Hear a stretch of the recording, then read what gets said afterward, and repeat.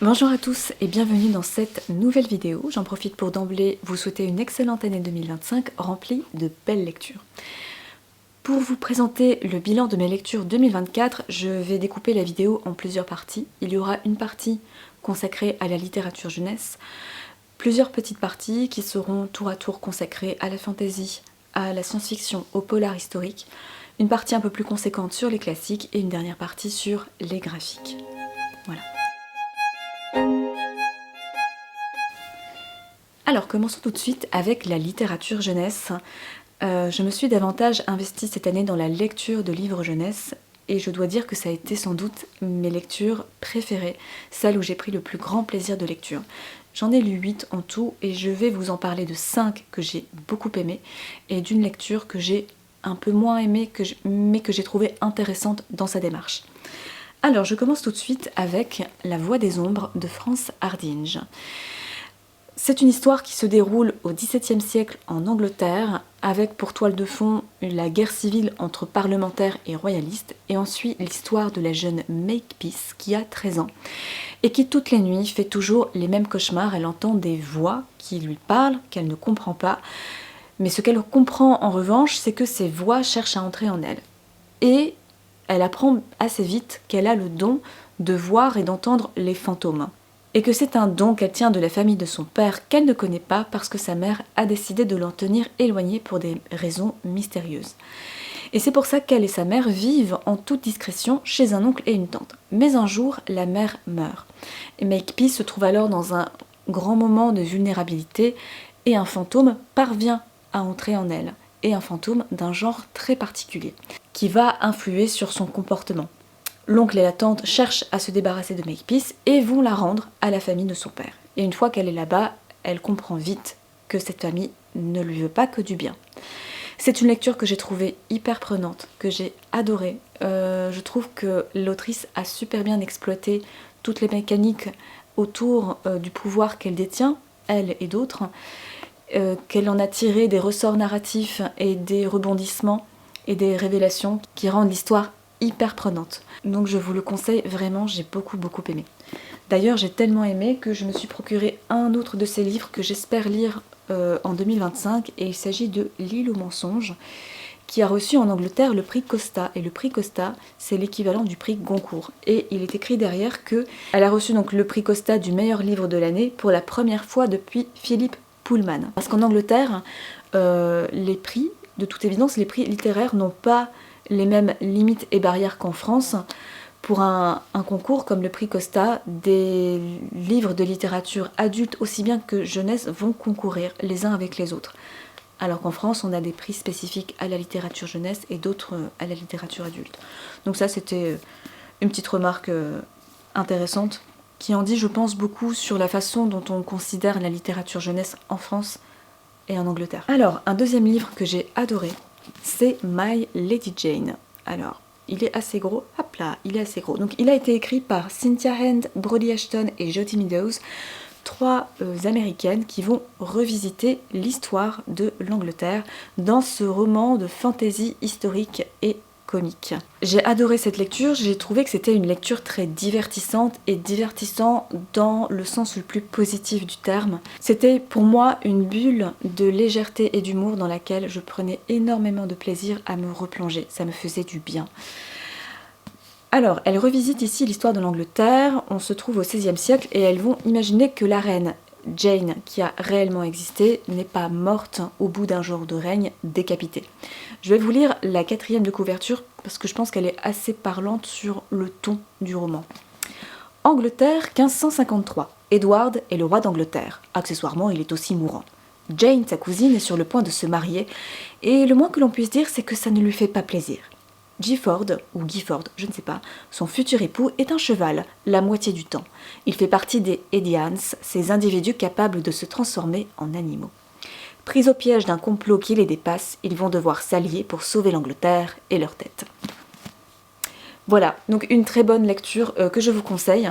Il y a une petite romance en fond qui est très mignonne et que c'est, pour tout vous dire, qui se finit avec un bisou. Donc si jamais vous avez dans votre entourage une jeune fille à qui vous devez offrir un cadeau, qui est au collège-lycée, franchement, c'est un cadeau tout trouvé. Et même moi, en tant qu'adulte, je l'ai adoré. La troisième lecture que j'ai adorée, qui est un coup de cœur, c'est De Cap et de mots de Flore Vesco. Flore Vesco, je l'ai découverte avec D'or et d'oreiller, dans lequel elle revisite le conte de la princesse au petit pois. Et je l'ai découverte aussi dans L'estrange malaventure de Mirella, qui est une revisite du conte du joueur de flûte d'Amelin. Là, je suis revenue un peu plus en arrière dans sa bibliographie. On suit l'histoire de Serine, qui est une jeune noble désargentée, qui, pour fuir le mariage auquel la condamne sa mère, eh bien, va s'enfuir, rejoindre la cour du roi pour devenir la demoiselle de la reine. Il y a un moment donné dans l'histoire où elle va subir une transformation. L'histoire devient vraiment, vraiment réjouissante. J'ai adoré, je vais m'arrêter là sur l'intrigue, si ce n'est pour vous dire que, comme dans tous les romans où on met en scène une cour royale, il y a un complot qui se trame contre le roi et Serine va avoir un rôle à jouer dedans. C'est fantasque, c'est irrévérencieux, inventif, intelligent. Vraiment, j'ai adoré cette lecture et j'adore l'écriture de Flore Vesco. On sent qu'elle a un amour pour la langue française, qu'elle s'amuse énormément avec. Elle va inventer des mots et s'amuser avec. Et dans tous les romans que j'ai lus d'elle jusque-là, elle va toujours attribuer aux mots, au langage, un rôle essentiel dans l'histoire. Que ce soit celui de l'ordre, de la formule magique, de l'enchantement, de la chanson, de la devinette. Elle fait toujours... elle est super reconnaissable en fait. Quand on lit Flore Vesco, si on lit un autre texte, on sait la repérer en fait. On sait que c'est du Flore Vesco. Et j'ai adoré, et j'ai hâte de lire son roman qu'elle a sorti cette année, De si délicieux enfants, quelque chose comme ça.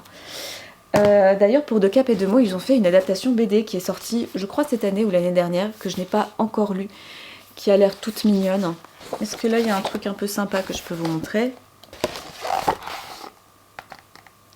C'est mignon, c'est très mignon. Et c'est ça qui est formidable, c'est que là, c'est un roman, il est écrit que c'est à partir de 11 ans, mais en fait... on va l'apprécier à tous les âges. Vraiment, moi je l'ai apprécié de ouf. C'est une lecture que peut faire votre enfant et que vous pouvez lire vous en tant que parent. Vous prendrez un plaisir vraiment égal, si ce n'est supérieur, parce que vous allez peut-être avoir un ressenti différent sur le jeu de la langue notamment. Alors, je vais passer sur un livre. Si vous traînez sur Booktube, ce ne sera pas une très grande surprise parce qu'on en a énormément parlé.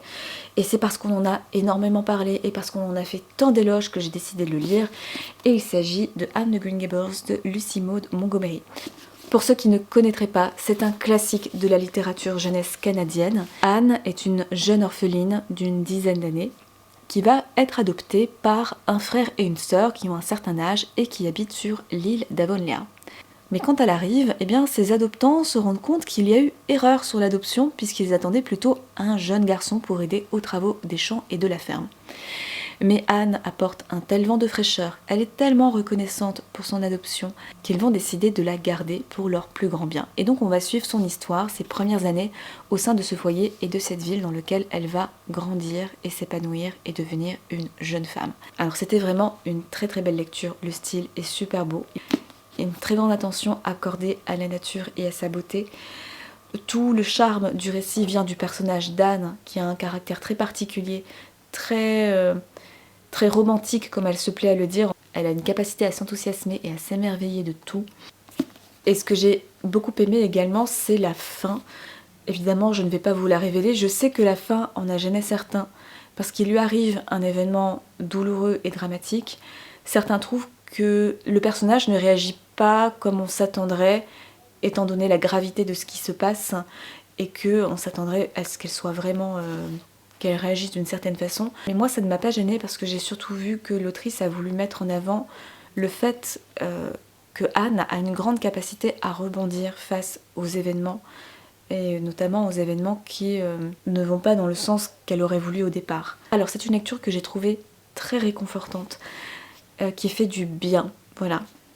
Une lecture un peu doudou et qu'on pourrait conseiller à toutes les personnes qui se sentent pas très bien, qui n'arrivent plus à voir le bon côté des choses, etc. Donc je me range à l'avis de tous, ça a été une excellente lecture. Je passe au dernier roman que j'ai beaucoup aimé et il s'agit de L'apprenti épouvanteur de Joseph Delaney. Alors, dans cette histoire, on suit l'histoire de Thomas Ward qui, parce qu'il est le 7e fils d'un 7e fils, doit embrasser la carrière d'épouvanteurs dont le rôle est de protéger la population de créatures malfaisantes comme des spectres, des gobelins ou encore des sorcières. Je trouve que l'atmosphère horrifique est super bien installée et qu'elle est très efficace.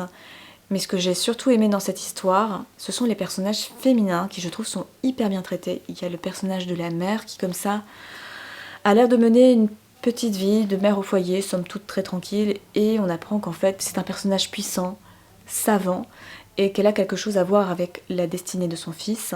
Et il y a un autre personnage hyper intéressant, c'est le personnage d'Alice qui a le même âge que le héros, et qui est hyper intéressante par son ambivalence, par son ambiguïté. On ne sait jamais si elle va verser dans le mal ou dans le bien. Elle est comme ça sur un fil.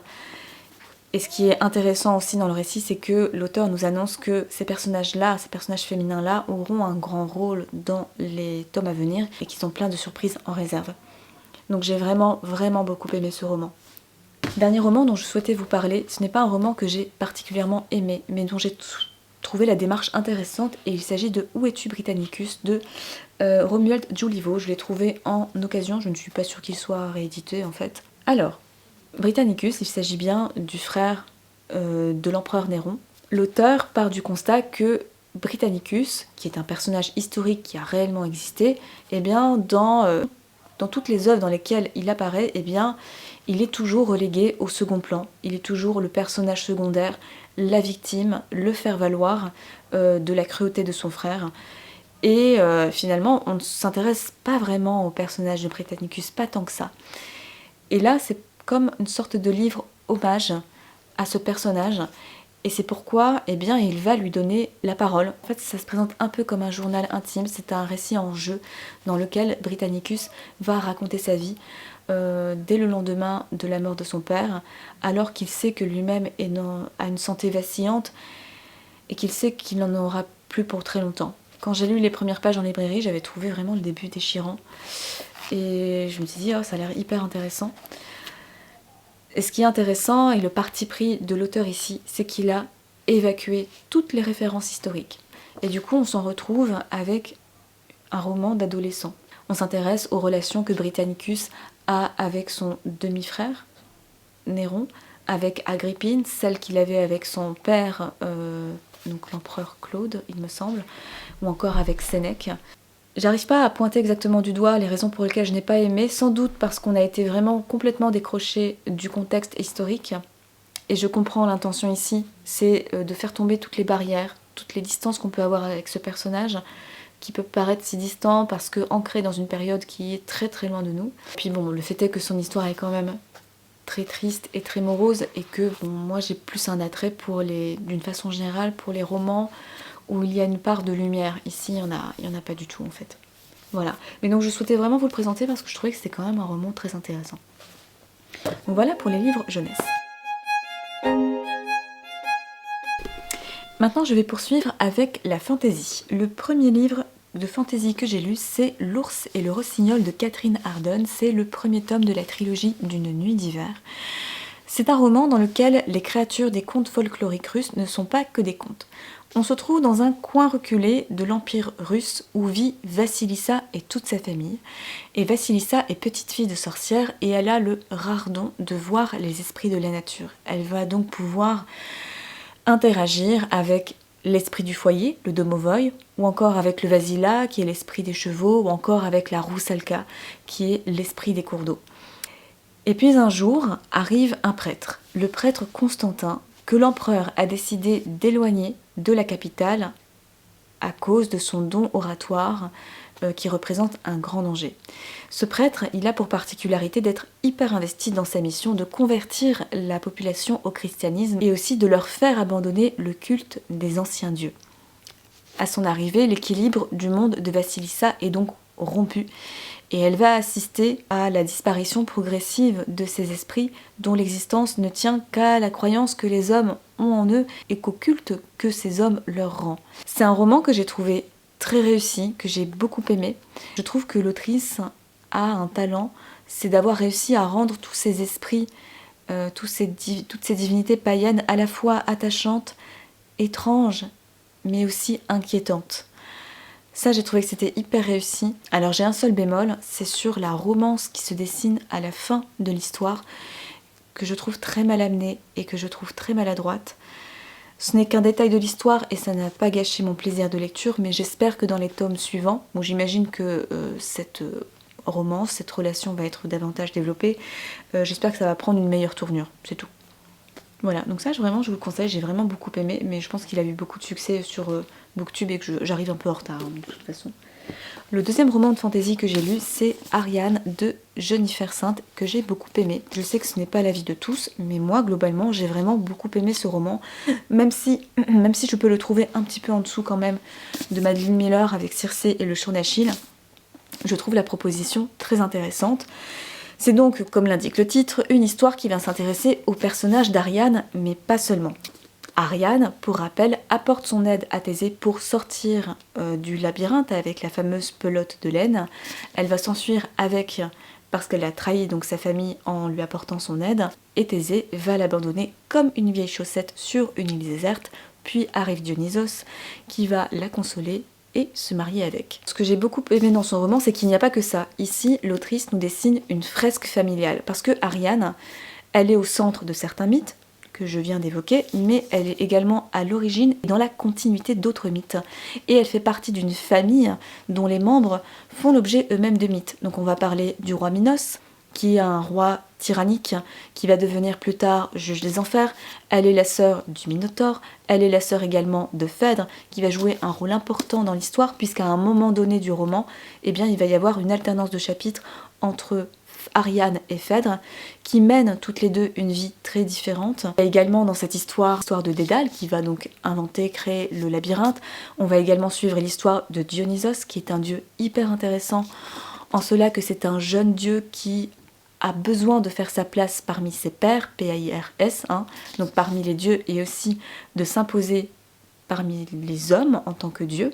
Donc Ariane, c'est tout ça, on raconte toutes ces histoires-là, et ce que je trouve très très bien, que j'ai énormément apprécié dans ce roman, c'est qu'elle va vraiment chercher les motivations des héros et héroïnes, comprendre pourquoi est-ce qu'ils prennent telle ou telle décision. Je trouve que la psychologie est assez fouillée. Ce que j'ai apprécié également, c'est qu'elle prend de la hauteur sur la mythologie, parce que souvent, donc, dans les mythes grecs, eh bien, on a les petites histoires, petit bout par petit bout, épisode par épisode, et on en oublie presque que les personnages ont des liens familiaux entre eux, et qu'on peut faire des liens symboliques entre ces personnages, entre ces mythes, et elle va nous aider à faire également des parallèles entre les histoires, de voir en quoi c'est parlant, en quoi des liens entre ces mythes.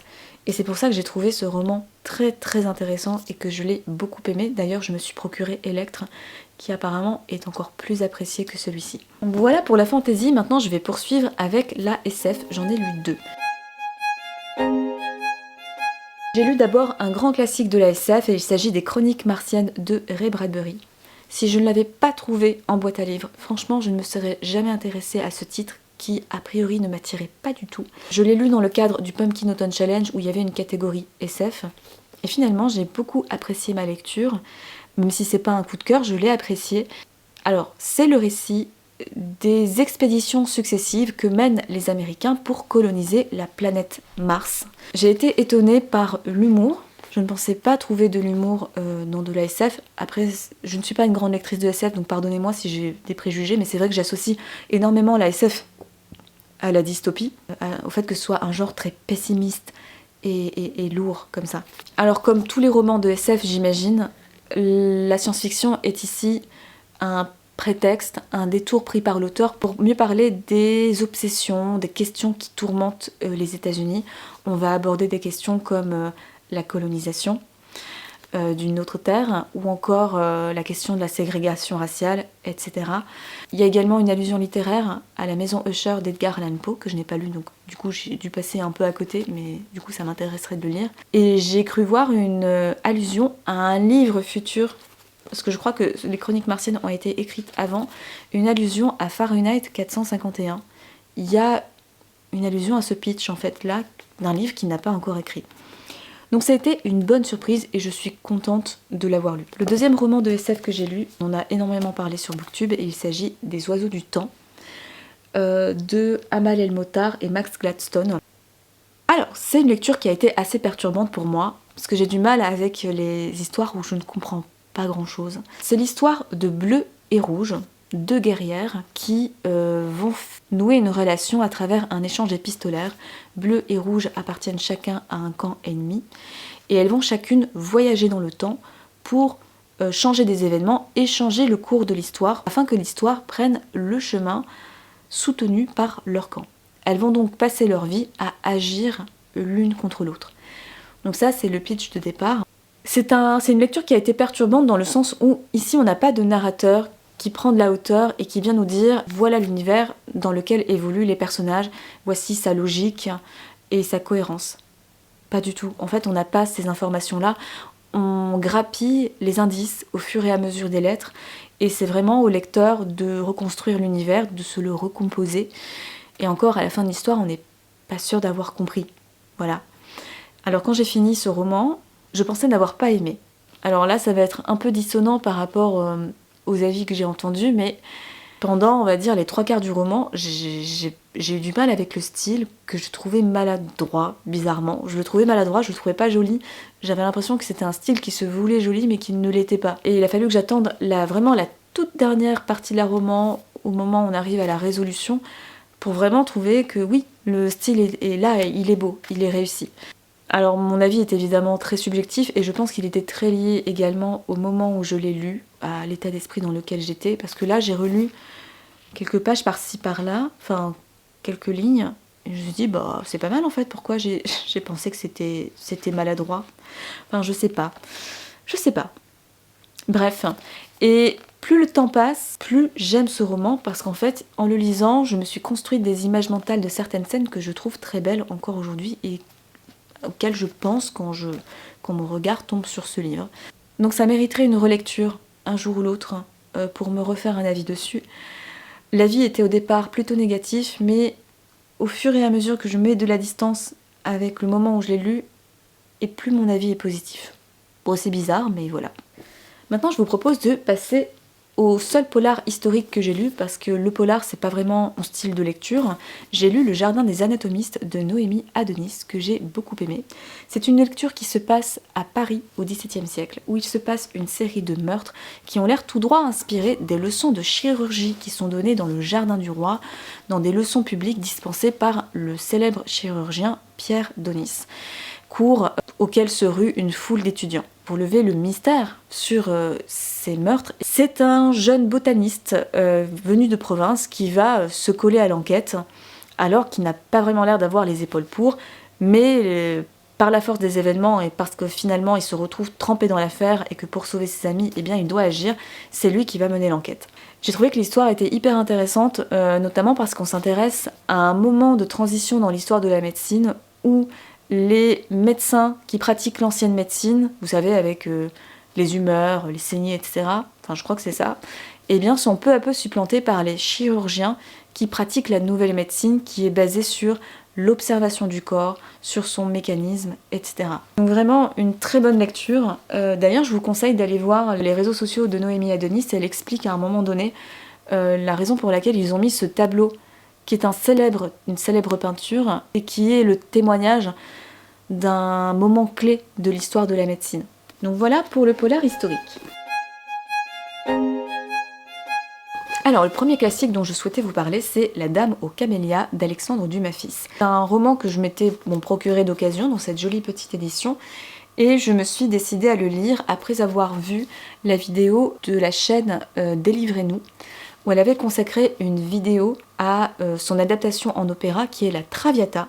Et j'ai appris dans cette même vidéo que Moulin Rouge de Baz Luhrmann était également une adaptation de La Dame aux camélias. Bon, revisité quand même.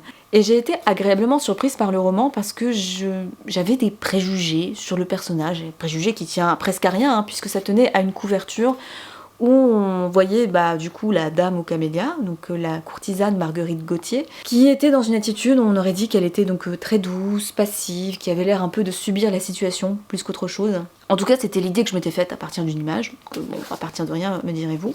Et pas du tout. En fait, c'est une héroïne qui est très volontaire, qui a beaucoup de caractère, et j'ai retrouvé vraiment le personnage de Satine dans Moulin Rouge. Et c'était hyper intéressant, j'ai beaucoup aimé. C'est un roman qui m'a vraiment beaucoup émue. Je trouve que les sentiments qui sont décrits semblent très justes en tout cas. C'est une histoire d'amour douloureuse et tragique à souhait que j'ai vraiment beaucoup aimée.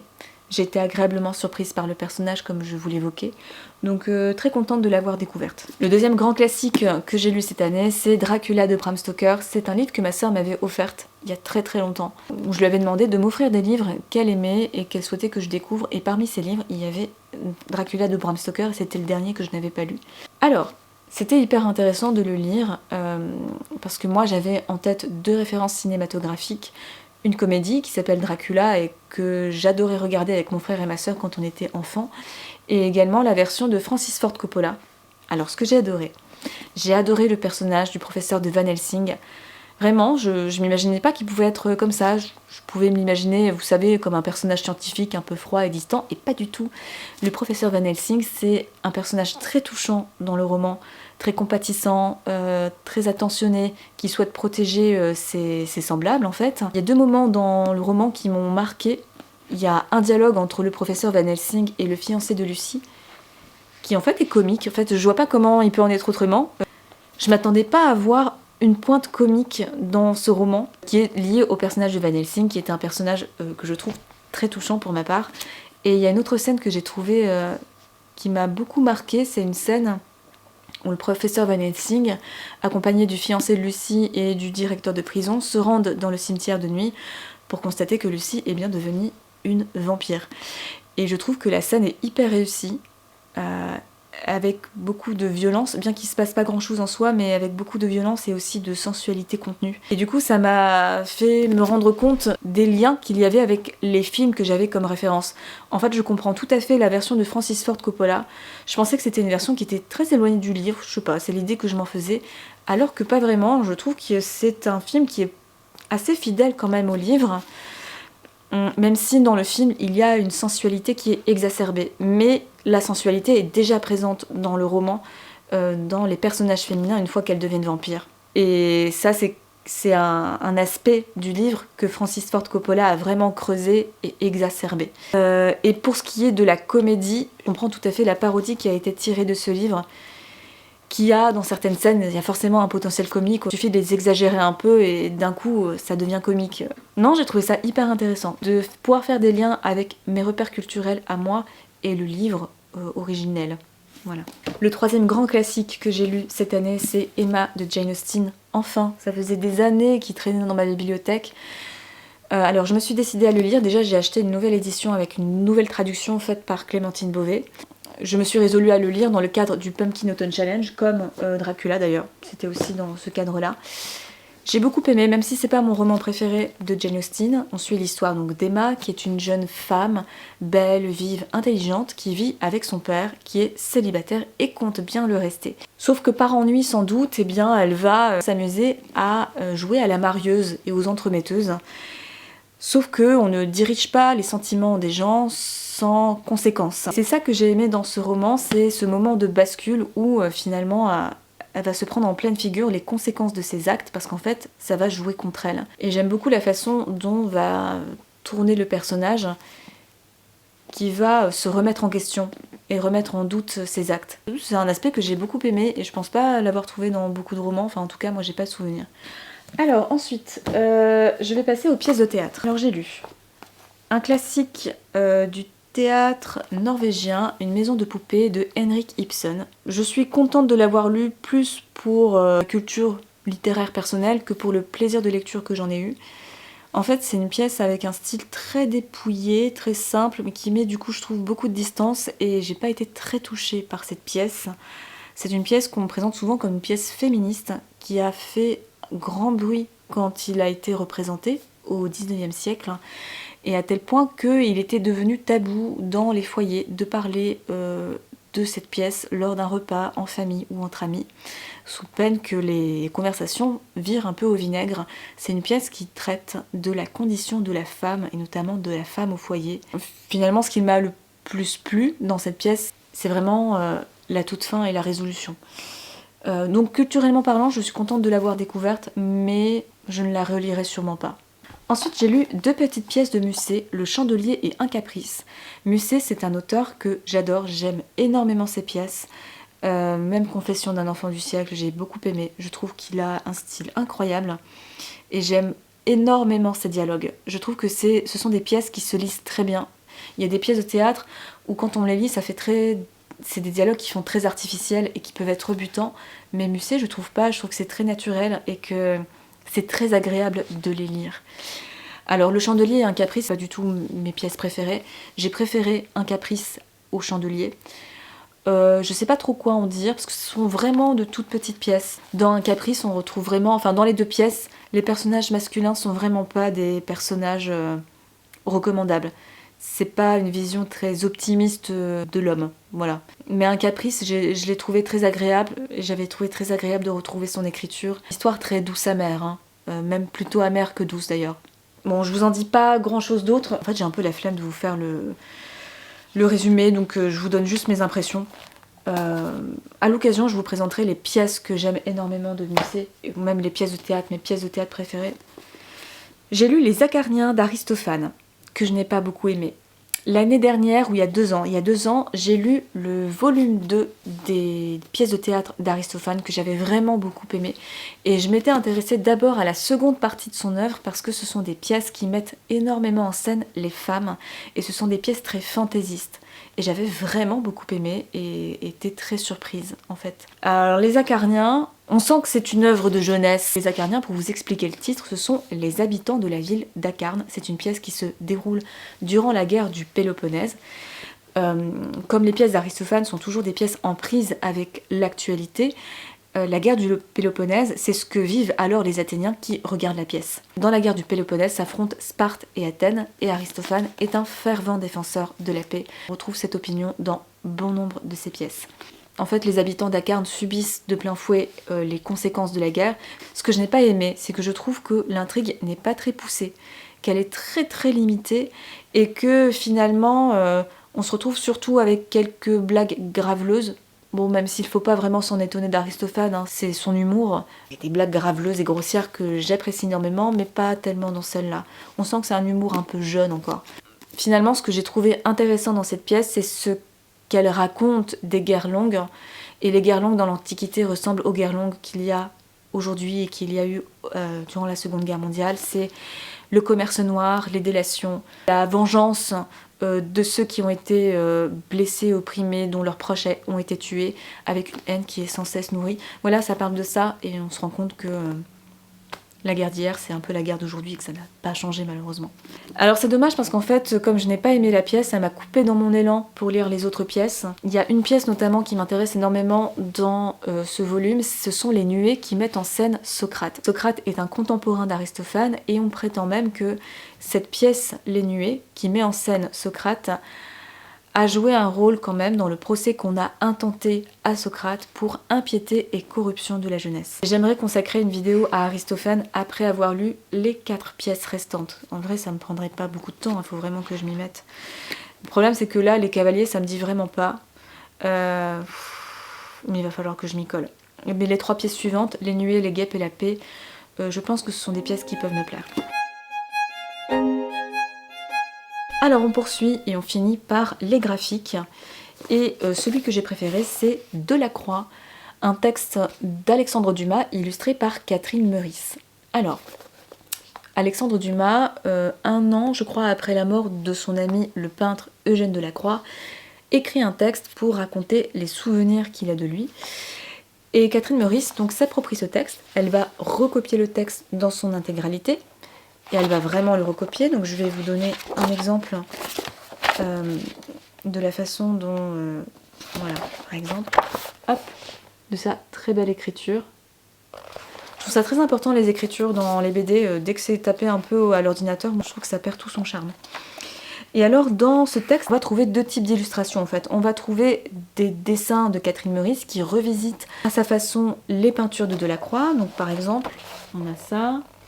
Je vous donne quelques exemples pour montrer à quel point c'est beau. J'ai beaucoup aimé la façon dont elle revisite les choses. On a ce genre de choses. Et puis, on a les caricatures qu'on connaît de Catherine Meurice. Alors attendez, hop, j'ai un peu de mal avec la caméra, hop, voilà. Qui sont superbes. Voilà, en fait j'ai beaucoup aimé, il faudrait que je le relise à l'occasion parce que je vous avoue que j'ai complètement oublié l'histoire, je pense que j'ai dû le lire en début d'année. Mais je me souviens avoir énormément aimé et avoir pris du temps à regarder en parallèle l'œuvre peinte par Delacroix et voir comment Catherine Meurice, elle, revisitait l'œuvre sous son trait. J'ai trouvé ça hyper agréable et il faudrait qu'à l'occasion je vous présente les autres albums de Catherine Meurice que j'ai lus d'elle et que j'adore, que j'aime énormément. Alors, une deuxième BD que j'ai lue. Alors j'ai lu Furieuse de Geoffroy Monde et Mathieu Burnia. Alors cette histoire revisite le cycle arthurien, le conte du roi Arthur.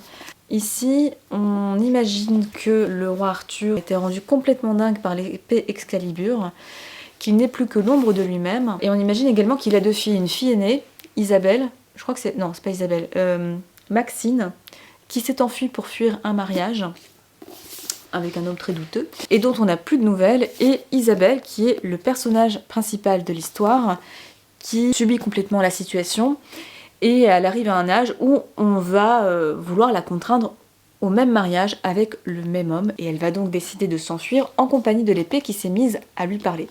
Ce périple va lui permettre de faire la lumière sur ce qui est arrivé à sa sœur, et sur ce qui est arrivé à son père, en compagnie d'une épée qui lui cache, qui semble lui cacher ses véritables intentions. Alors j'ai beaucoup aimé les dessins que je trouvais très cartoonesques et c'est pour ça que je m'étais décidée à l'acheter. Les couleurs aussi, j'aimais beaucoup. Et ce qui m'a étonnée, c'est qu'en fait c'est une histoire qui va à un moment donné flirter avec la SF. Même si je m'attendais à autre chose, j'ai plutôt apprécié cette BD, même si... Comme souvent ça m'arrive quand je lis des BD malheureusement, c'est que j'ai toujours l'impression qu'on... Alors que la BD est assez conséquente hein, malgré tout, on est quand même à 226 pages, mais je sais pas pourquoi j'ai toujours cette impression qu'on survole l'histoire et qu'on n'entre jamais en profondeur et qu'on reste toujours en surface des choses. Et je suis très souvent frustrée quand je lis des BD, même qui sont intéressantes comme celle-ci. Bon, je m'y essaie quand même si je comprends le prix, j'ai du mal à dépenser des sous pour m'acheter des BD parce que je trouve que c'est trop vite lu, avec l'impression de ne pas avoir été rassasiée en fait. Alors, une troisième BD que j'ai lue, Petit, dans la saga Les Ogres Dieux par Hubert et Gatignolles. Alors, là, c'est l'histoire d'une famille d'ogres, de géants, qui va s'imposer comme famille régnante. Et qui, pour rester toujours grand et pour imposer sa tyrannie, va non seulement se décider à manger les hommes, mais va également se décider à se reproduire entre eux. Et la consanguinité faisant son œuvre, les descendants finissent par avoir tous des tares à la fois physiques et mentales. Et puis un beau jour, la reine, qui pour le coup est vraiment dépourvue de tares physiques et mentales, eh bien va donner naissance à un bébé qui a l'air d'avoir la taille d'un humain et qui n'a l'air d'avoir aucune tare. Et comme elle se rend bien compte, parce qu'elle est intelligente, elle se rend bien compte que le chemin qu'est en train de prendre sa famille est le mauvais chemin, elle décide de cacher le bébé, de le cacher à son mari, parce que s'il se rend compte qu'il est petit, eh bien il va le manger, et elle va le confier au bon soin de la tante d'Esdée, qui est une géante elle aussi, mais qui a été isolée de la famille, enfermée dans un coin, à cause de son amour pour les humains. Petit, parce que c'est comme ça que l'appelle sa mère, eh bien va être élevé par cette tante. Les dessins de cette BD sont superbes, les couleurs aussi. Je vais vous montrer une ou deux planches que j'ai beaucoup aimées. Par exemple, alors attendez, hop, faire ça. Est-ce que je vous vois comme ça? Donc ça c'est un exemple de planche. Par contre je vous préviens, l'histoire est dérangeante, glauque, très violente. Et il y a des moments de l'histoire qui peuvent mettre mal à l'aise, qui moi m'ont mise un peu mal à l'aise. Je suis un peu chochotte moi dans mes lectures, bon voilà. Donc voilà, alors c'est pour ça que pour l'instant, je ne me suis pas décidée à lire la suite, mais peut-être que je le ferai un jour. Je sais pas. C'est vrai que j'ai du mal avec les sagas d'une façon générale et bon, quand j'enchaîne des BD, parfois je me rends pas compte que c'est le premier tome d'une saga et que si on veut avoir le mot de la fin, bah, il va falloir acheter les autres tomes, et bon voilà. Et enfin, la dernière BD dont je souhaitais vous parler, c'est La chanson de renard de Johann Sfar. Il s'agit du premier tome, Le Seigneur des Entourloupes. C'est une BD que j'ai assez bien aimée. Alors j'ai mis un peu de temps avant d'apprécier vraiment le dessin de Johann Sfar, que je connaissais pas vraiment son dessin. Mais l'histoire, j'ai bien aimé l'histoire. En fait, on suit deux pèlerins qui ont décidé de quitter la vie du monastère par ennui et qui vont parcourir les routes de France et gagner leur vie en racontant des histoires du roman de renard. Puis ils arrivent un jour dans un village où les habitants sont plutôt blasés parce qu'ils connaissent déjà tous les épisodes de la vie de renard. Pour satisfaire son public, il se décide donc de leur raconter un épisode que personne ne connaît et pour cause, cet épisode est interdit et l'histoire a été soi-disant mise sous clé au Vatican. Alors c'est une BD loufoque qui va faire se rencontrer 3 personnages de 3 univers très différents. Donc on a le renard de Roman de Renard, Merlin du cycle arthurien et Marie de France, une autrice française, la première connue de langue française. Et voilà, donc j'ai plutôt apprécié. Évidemment, c'est un peu la même impression évidemment que j'ai que pour Furieuse, c'est-à-dire que on n'est pas rassasié après qu'on ait lu cette BD et on a l'impression un peu de survoler les choses. Mais c'est pas grave, c'est tout. Je pense que je vais lire quand même la deuxième BD pour avoir le fin mot de l'histoire. Donc voilà pour les BD que j'ai lus, j'ai pas vraiment eu de coup de cœur. Celui que j'ai préféré, ça reste quand même Delacroix. Et encore, c'est un texte d'Alexandre Dumas illustré. C'est plutôt un roman graphique. Voilà, donc j'espère que la vidéo n'a pas été trop longue. J'ai essayé de sélectionner des romans que j'avais lus cette année et qui étaient assez représentatifs de ce que je pouvais lire dans une année, même si j'espère pouvoir lire davantage de classiques l'année prochaine, mais je vais sans aucun doute consacrer une vidéo sur mes objectifs de lecture. Je n'ai pas vraiment eu de gros coups de cœur, si peut-être de Cap, vraiment mes coups de cœur en fait ont été plutôt dans la littérature jeunesse avec De Cap et de mots de Fleur Vesco ou encore Anne de Green Gables de Lucy Maud Montgomery. Voilà, j'ai la volonté de lire plus de classiques l'année prochaine parce que je trouve que je n'en ai pas lu beaucoup. Mais en même temps j'ai des envies de lecture qui sont assez nombreuses et j'ai du mal à concilier toutes mes envies. Mais je pense que c'est un peu le cas de tous. Sur ce, je vous dis à bientôt pour une nouvelle vidéo.